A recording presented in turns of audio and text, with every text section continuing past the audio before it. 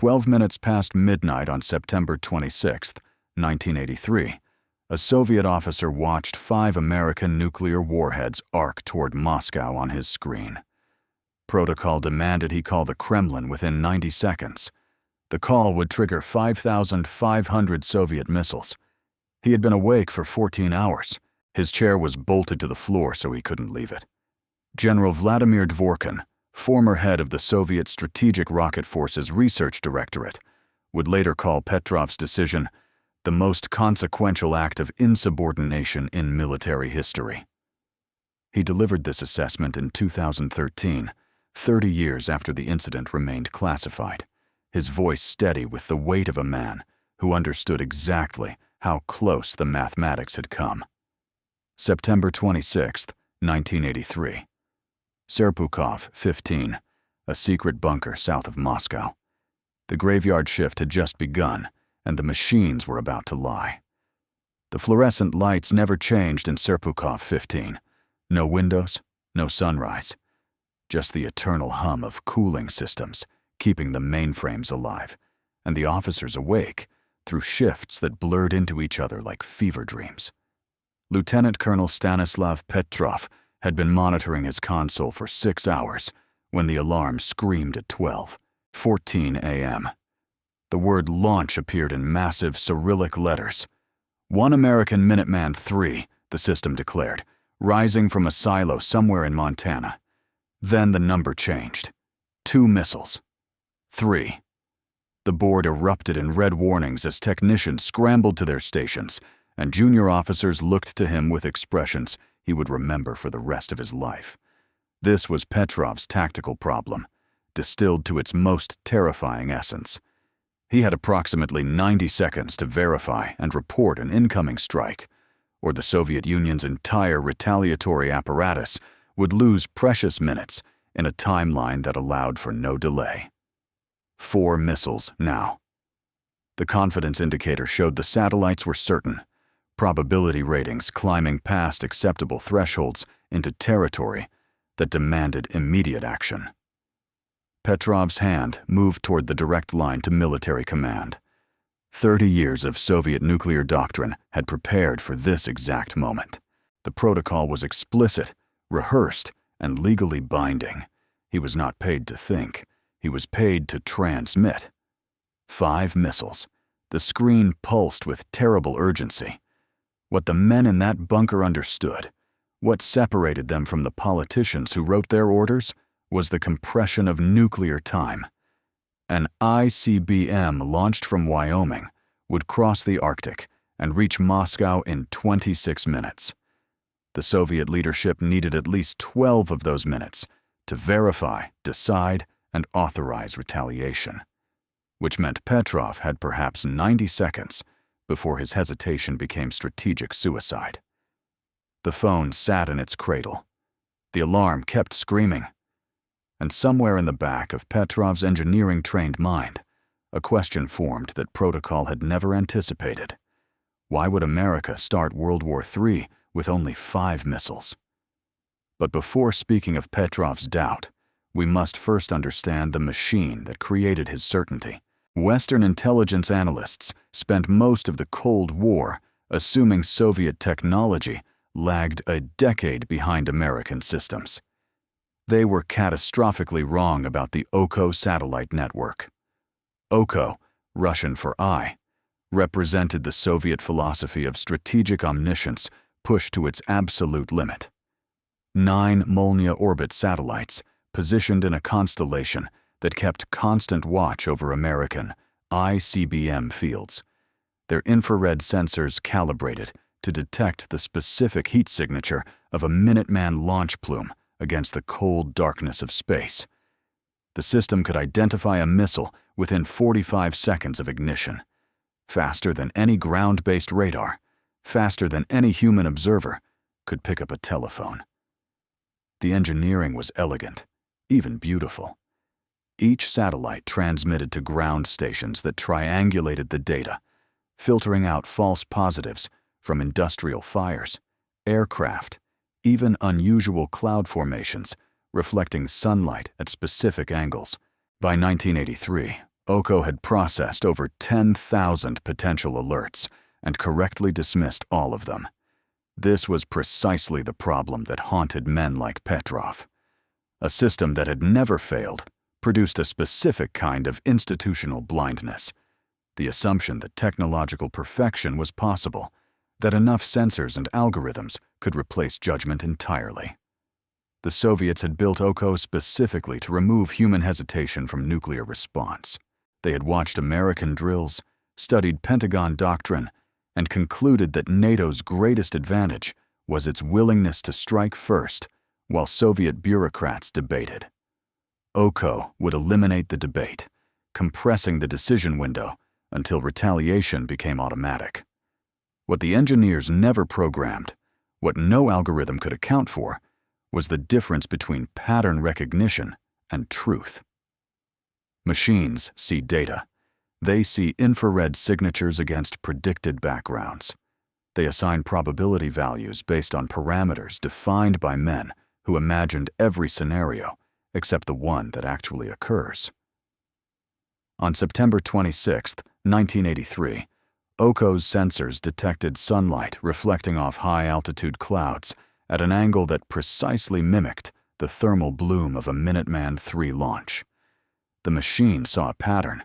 It reported a fact. The fact was a lie. To understand why Petrov's finger hesitated over that phone, we must travel 3 weeks backward and 8,000 kilometers east to the airspace above Sakhalin Island. September 1st, 1983. Korean Airlines, Flight 007, a Boeing 747 carrying 269 passengers, drifted into Soviet airspace due to a navigation error that investigators would later attribute to a single incorrectly programmed waypoint. Soviet Air Defense Command tracked the aircraft for over 2 hours, classified it as an American RC-135 reconnaissance plane, and ordered Major Gennady Osipovich to intercept. His missile struck the 747's tail at 18,000 feet. All 269 people aboard, including a sitting United States congressman, died in the Sea of Japan. The international response was volcanic.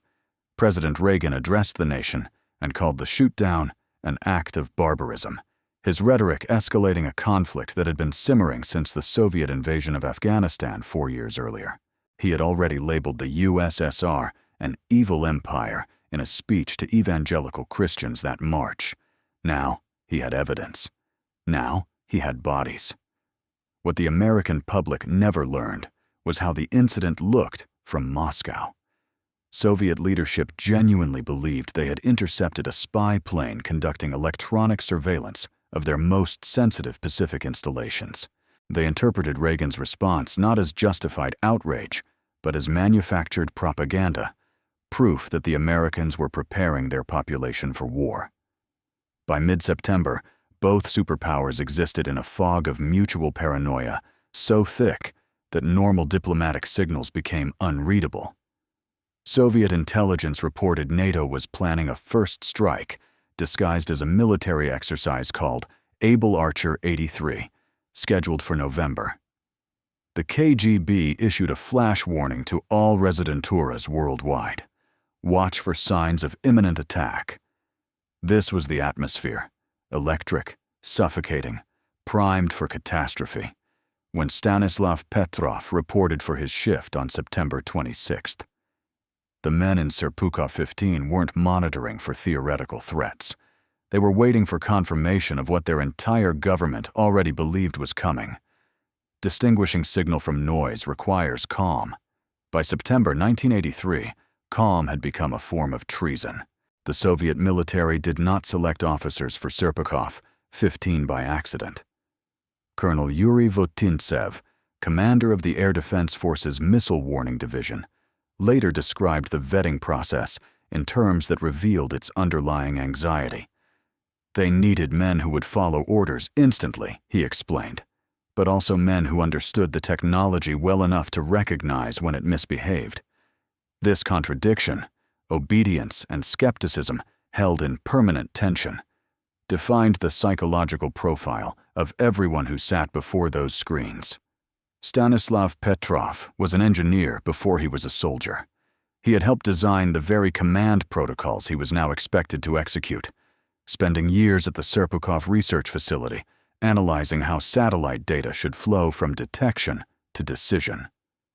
This background gave him something most of his colleagues lacked: intimate knowledge of the system's limitations.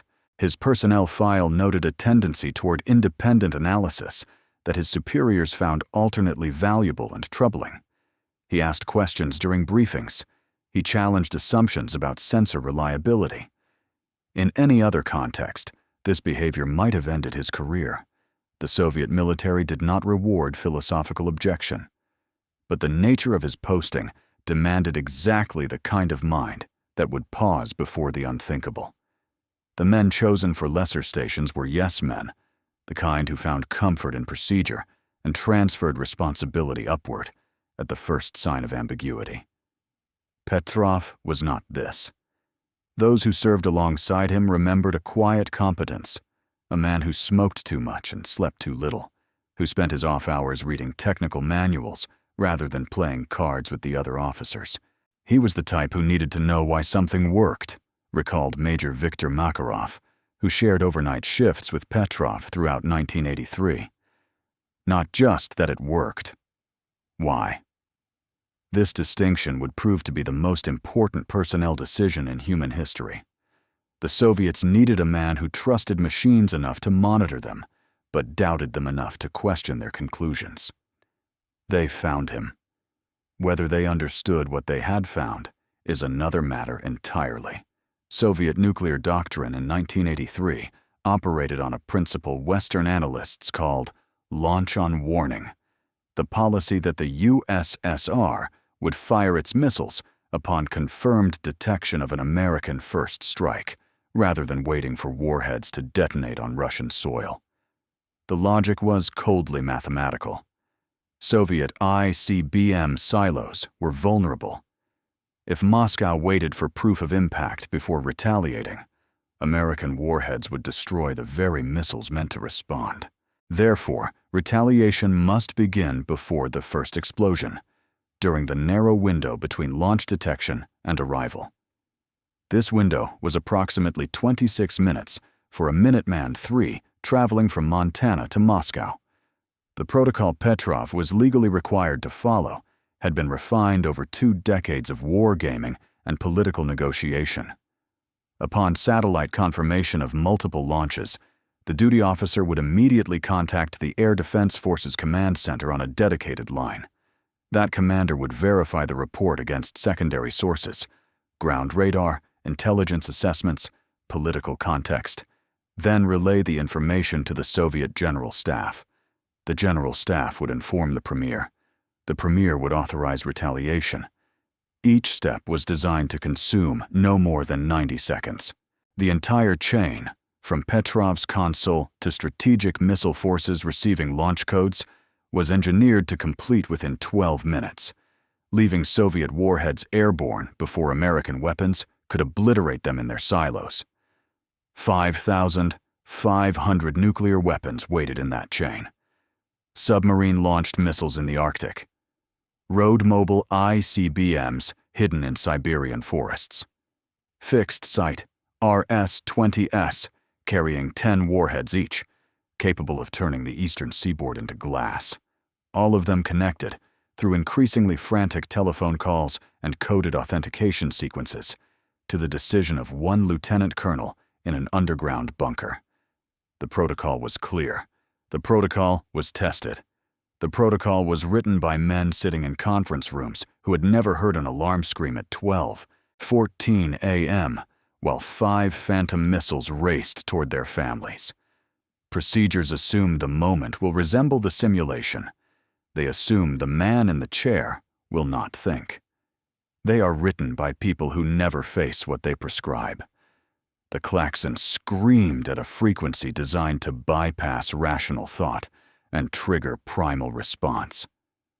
120 decibels of synthetic alarm echoing through a concrete chamber 60 feet beneath the Soviet Earth, where 30 junior officers sat frozen before their terminals, faces lit crimson by the word now burning across the main display. Launch. 4 Cyrillic letters that meant the end of human civilization as anyone in that room understood it. Petrov stood at the center of this chaos, telephone receiver pressed to his ear. The direct line to Soviet Air Defense Command, waiting for 3 words. Missiles confirmed inbound. Behind him, Sergeant Yuri Votintsev had stopped breathing. Lieutenant Colonel Mikhail Baryshnikov's hands trembled so violently he'd knocked his logbook to the floor. These were trained men, professionals who had drilled this scenario hundreds of times, now discovering the unbridgeable gulf between simulation and extinction. But Petrov's mind was already elsewhere, caught on a tactical inconsistency that no training manual addressed. 5 missiles. The number made no strategic sense. American nuclear doctrine, which Petrov had studied exhaustively during his engineering training, demanded overwhelming first strike capability. Not 5 Minuteman IIIs, 500, perhaps 800. The entire purpose of a decapitation attack was to eliminate Soviet response capacity before leadership could authorize retaliation. 5 missiles couldn't destroy Moscow's command infrastructure. They couldn't neutralize the ICBM fields in Kazakhstan. They couldn't even guarantee elimination of the mobile SS-25 launchers dispersed across Siberian forests. 5 missiles was either a catastrophic failure of American strategic planning or something else entirely. The klaxon continued its assault on human cognition. The junior officers awaited orders that military protocol demanded Petrov deliver within seconds. Somewhere above them, Soviet interceptor pilots were already receiving scramble alerts, their MiG-31s warming on frozen runways across 11 time zones. And still Petrov held the phone, saying nothing, his engineer's brain wrestling with a question generals never asked. What if the system built to save them was about to destroy everything it was designed to protect? The Oko satellite system represented the pinnacle of Soviet space-based early warning technology.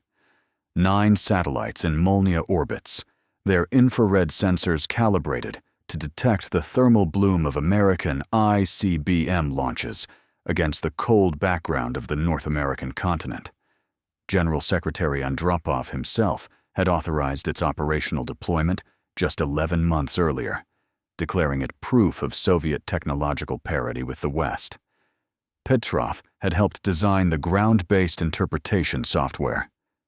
This was the detail that haunted him now, in those screaming seconds beneath the earth. He understood what the generals celebrating in Moscow did not. Oko had never been tested during autumn. The system's infrared detection algorithms were calibrated against summer atmospheric conditions, stable air masses, predictable thermal gradients, reliable contrast between missile plumes, and continental background radiation. September introduced variables no Soviet programmer had adequately modeled. The sun sat lower on the horizon during American morning hours, creating elongated shadows across the Great Plains. Sunlight reflected off high-altitude cirrus clouds at angles that produced infrared signatures eerily similar to rocket exhaust. The wheat fields of Montana and the Dakotas, freshly harvested, exposed dark soil that absorbed solar radiation differently than the green crops of July simulations. Petrov knew this because he had written the technical memorandum warning of exactly these conditions. He had submitted it through proper channels 8 months prior, recommending additional calibration testing before full operational status. The memorandum had been acknowledged, filed, and forgotten, buried beneath the bureaucratic imperative to declare Oko combat ready before Andropov's anniversary celebration of the Bolshevik Revolution. The institutional blindness was total. Soviet military doctrine treated satellite data as infallible precisely because questioning it meant questioning the billions of rubles invested, the careers built, the political narratives constructed around technological supremacy. To suggest Oko might generate false positives was to suggest the entire Soviet defense apparatus had been sold a magnificent lie. Petrov stood alone with this knowledge, a single engineer surrounded by officers, trained to trust machines over intuition. Technology had become religion, and no one questions God, especially not when God is screaming that the world is about to end. Soviet Strategic Rocket Forces Operational Directive 47-R contained no ambiguity. Upon satellite confirmation of American ICBM launch, the duty officer at Serpukhov 15 was required to immediately transmit launch verification to Air Defense Command, who would escalate to the General Staff, who would present confirmation to the General Secretary for authorization of retaliatory strike. Total elapsed time from detection to decision: 12 minutes. Time remaining after American missiles crossed into Soviet airspace: approximately 6 minutes to launch everything or lose everything. The directive existed because human deliberation was a luxury extinction could not afford. Petrov's copy of 47R sat in his desk drawer, its margins annotated with his own handwriting from training sessions. He had memorized every clause, every contingency, every prescribed response. The manual demanded he speak 3 words into the telephone still pressed against his ear. Missile attack confirmed. 3 words, and the machinery of apocalypse would engage automatically. 3 words, and 8,000 Soviet warheads would leave their silos within 20 minutes. 3 words, and the reciprocal American response would follow within the hour, transforming the Northern Hemisphere into an irradiated wasteland where nothing human would survive the subsequent nuclear winter. In 2013, 3 decades after this night, Petrov would describe the weight of that telephone receiver to a German documentary crew. I held the phone knowing that whatever I said next would determine the fate of 3 billion people, he testified, his voice steady with the peculiar calm of a man who had long ago made peace with his memory. Not millions, billions. Everyone. The manual offered no guidance for this specific terror, the paralysis of a man intelligent enough to doubt the machine, but bound by oath to obey it. Somewhere in the American Midwest, 5 Phantom missiles existed only as electronic ghosts, their infrared signatures bouncing between satellites and ground stations, while real families slept unaware in homes directly beneath imaginary warheads. Petrov faced a question military training never prepared him to answer. At what precise moment does following orders transform from duty into mass murder? Ground radar confirmation should have arrived within 90 seconds. Soviet over-the-horizon detection stations stretched from Murmansk to Vladivostok, their massive antenna arrays designed to track incoming warheads the moment they crested the polar horizon. If 5 American Minuteman missiles were genuinely screaming toward Soviet territory at 4 miles per second, ground radar would see them, track them, and transmit targeting data before Petrov finished his next breath. 90 seconds passed, then 2 minutes, then 5. The klaxon continued its mechanical shriek, but the radar screens remained empty. Junior officers began exchanging glances that violated every protocol of stoic military bearing, looks of confusion bleeding into something approaching hope, though none dared voice it. Petrov stood motionless at the center of this mounting tension, the telephone receiver still pressed to his ear, his expression revealing nothing. Air Defense Command was demanding confirmation. His superiors required the words the manual prescribed. Every second of silence compounded his insubordination, his career dissolving in real time as he refused to deliver the report that military law demanded. Lieutenant Vodintsev broke first. "Sir, should we—" His voice cracked mid-sentence, a 24-year-old officer confronting mortality in a bunker that suddenly felt like a tomb. Petrov raised one hand. Silence returned. 8 minutes, 12 minutes. The Phantom missiles should have reached Soviet airspace by now. They should be visible on every radar installation from the Kola Peninsula to the Pacific coast. General Yuri Votintsev at command headquarters was reportedly screaming into multiple telephones, demanding to know why Serpukhov 15 had gone silent. Petrov waited. His stillness became its own form of communication, a message to his terrified subordinates that panic served nothing, that machines could lie, that sometimes the most profound courage looked identical to paralysis. At 23 minutes, ground radar finally delivered its verdict. Soviet airspace remained empty. No missiles, no contrails, no thermal signatures of atmospheric re-entry. The satellite had hallucinated Armageddon, and one man's refusal to believe it had preserved a world that would never know how close it came to ending. What Petrov wrote in his incident log bore no resemblance to what actually transpired. System malfunction, his report concluded. False alarm generated by satellite sensor error. No operator intervention required. Standard diagnostic protocols initiated. Every sentence was a deliberate lie. There had been operator intervention, 23 minutes of direct insubordination that prevented nuclear war. There had been no standard diagnostic protocols, only one engineer's intuition overriding a system designed to eliminate human judgment from the apocalypse equation.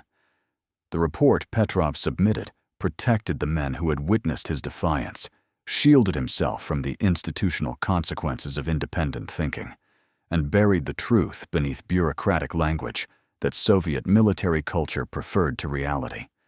He understood what awaited officers who contradicted official narratives.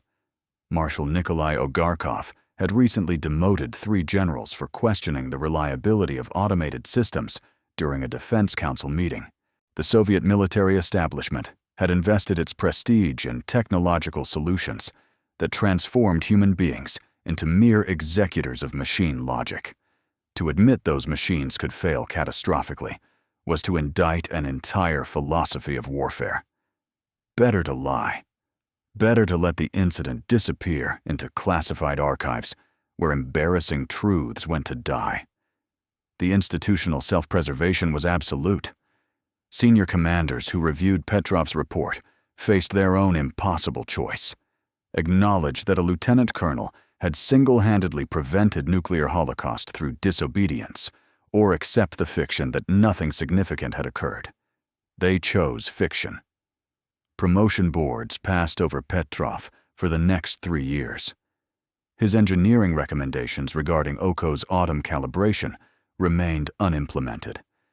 The official Soviet position held that the early warning system had experienced minor technical difficulties requiring routine adjustment. 3 billion lives saved, filed under equipment malfunction.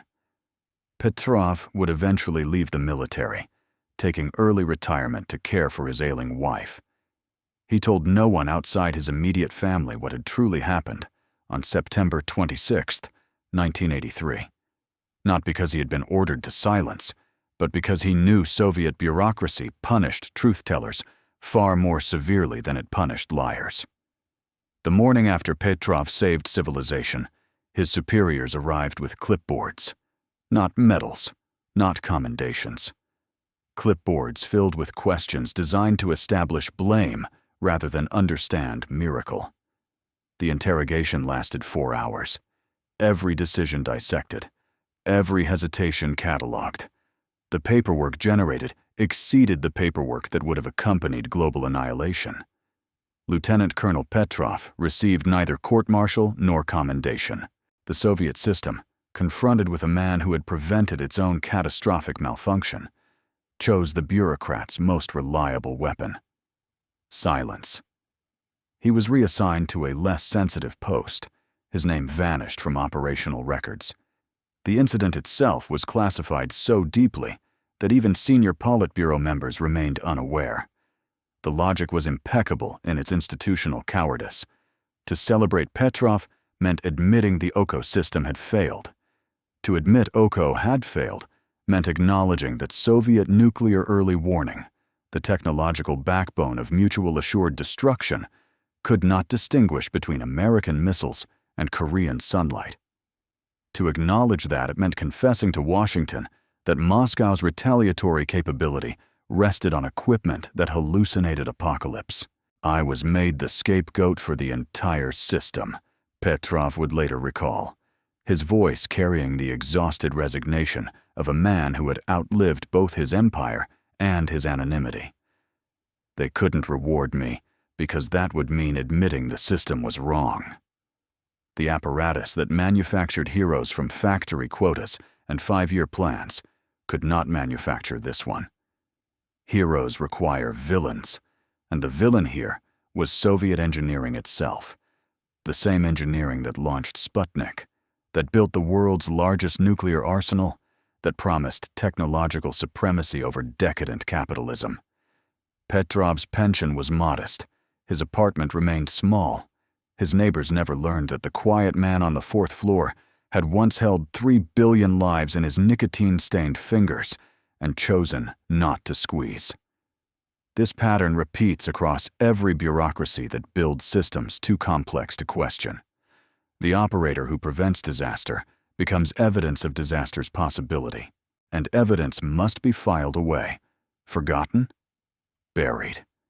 Heroes embarrass the apparatus that failed them.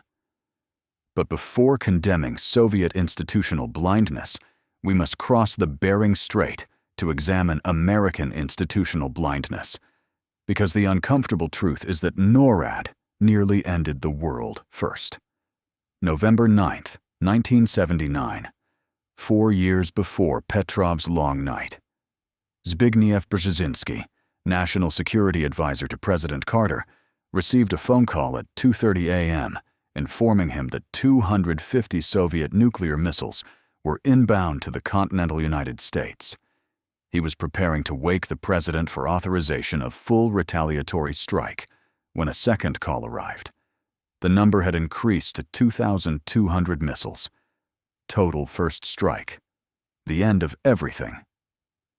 Brzezinski chose not to wake his wife. He later explained he wanted her to die in her sleep.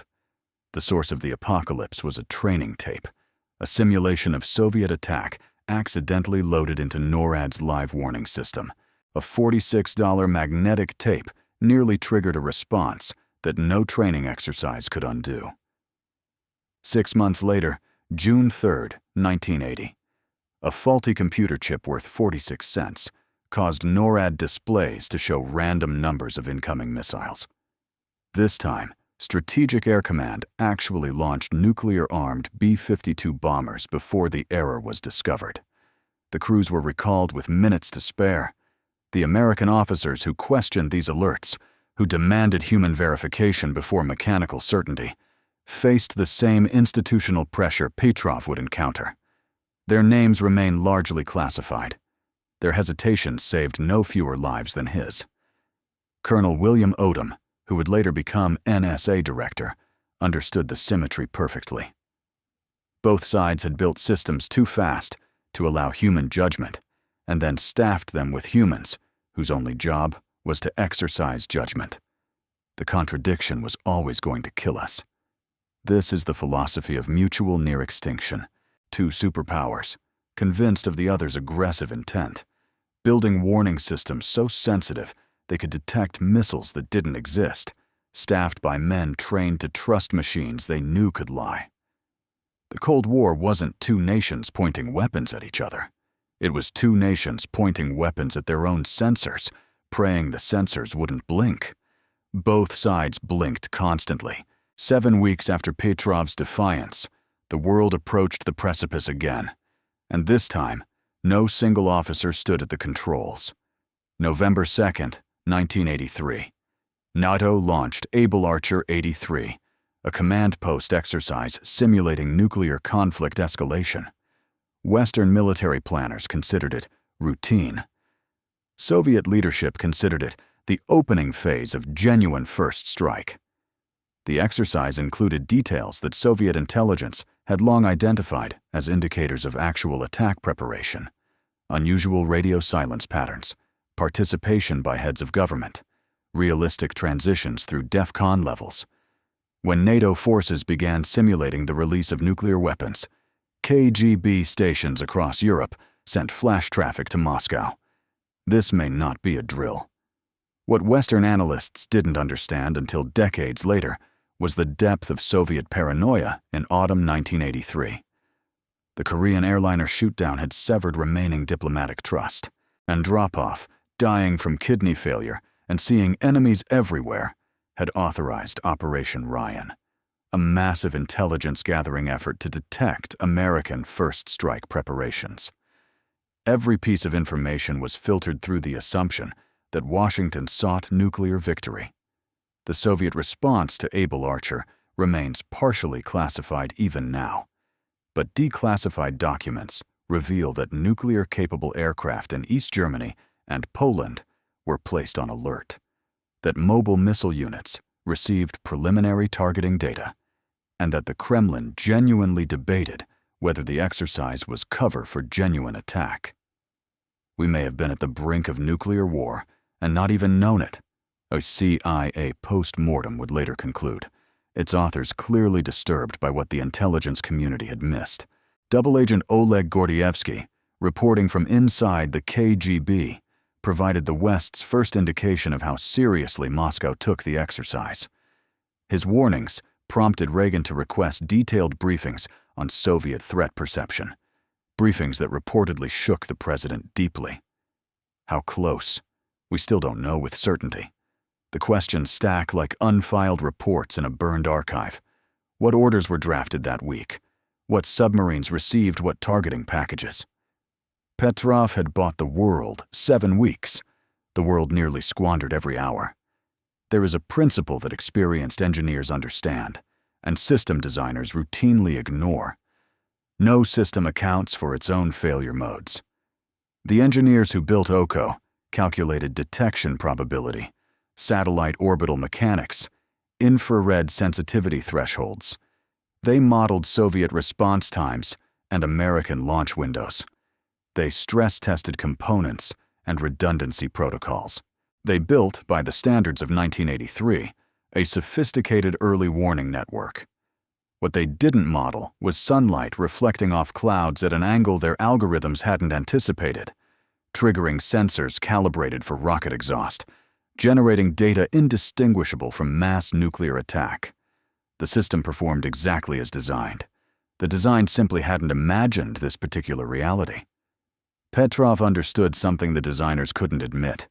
The confidence of the machine was not evidence of the machine's correctness. 5 missiles. The system's certainty was maximum. 0 missiles. Reality's certainty was also maximum. These two certainties could not both survive. One of them had to die in that bunker, and Petrov chose to kill the machines.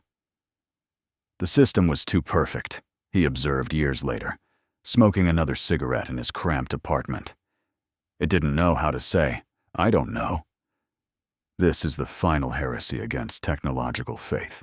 We build systems to remove human error, and thereby introduce errors no human would make.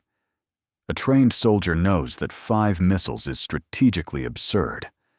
A satellite knows only photons, striking sensors. The soldier can reason about Soviet doctrine, American strategy, the logic of annihilation. The satellite reasons about nothing. It measures and reports, and measurement is not understanding. The designers trusted their creation because they had built it, falling prey to the oldest engineering fallacy, assuming that what you built does what you intended. Petrov trusted his judgment because judgment was all he had left when the screens turned red and the sirens screamed and the protocol said, "Launch."